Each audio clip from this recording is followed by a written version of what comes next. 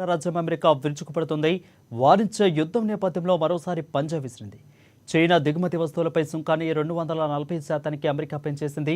ఇక తమ వస్తువులపై ప్రతీకారంగా చైనా దిగుమతి సుంకాలు పెంచిన నేపథ్యంలో ఈ చర్యకు దిగినట్లు శ్వేత సౌదాన్ని వెల్లడించింది. అమెరికా ఫస్ట్ ట్రేడ్ పాలసీ విధానంలో భాగంగా ఇటీవల ట్రంప్ దిగుమతి సుంకాన్ని పెంచారు. చాలా వరకు దేశాలపై సుంకాన్ని ఆయన పెంచారు. కానీ చైనాపై మాత్రం ఆ పెంపు మరీ ఎక్కువగా ఉంది. అమెరికా దిగుమతి సుంకాన్ని పెంచిన నేపథ్యంలో 2 రోజుల క్రితం నుంచి కూడా చైనా కూడా కీలక నిర్ణయాలు తీసుకుంటుంది. అమెరికా సంస్థ బోయింగ్ ఉత్పత్తి చేస్తున్న విమానాల ఖరీదు చేయవద్దు అంటూ కూడా తమ దేశ ఎయిర్లైన్ సంస్థలకు చైనా ఆదేశాల చేసిన విషయం తెలిసిందే. ఇక బోయింగ్ సంస్థ నుంచి విడిపాకలు కూడా కొనుగోలు చేయరాదని చైనా తమ దేశ ఎయిర్లైన్ సంస్థలకు చెప్పింది. ఈ ప్రకటన వెలువడిన మరుసటి రోజు నుంచి అమెరికా ప్రతీకార చర్యలకు పాల్పడింది.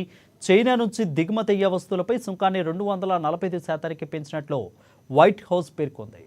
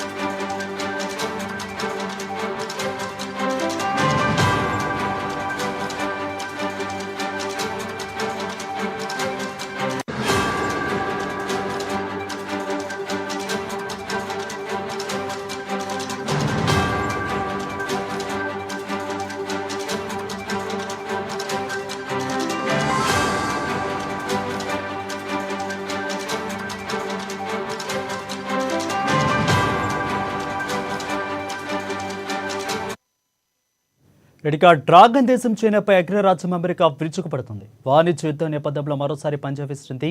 చైనా దిగుమతి సుంకాలపై సుంకాన్ని, వస్తువులపై సుంకాన్ని 245% అమెరికా పెంచేసింది.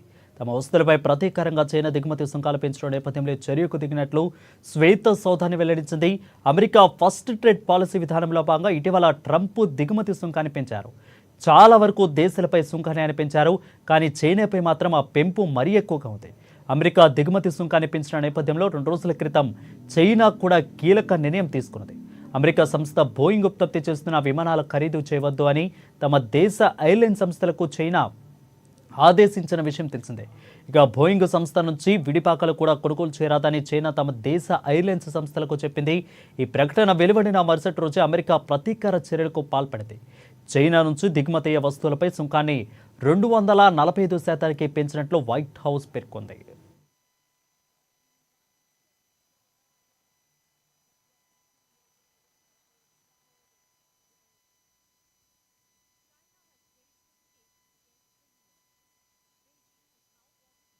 ఇక తెలంగాణ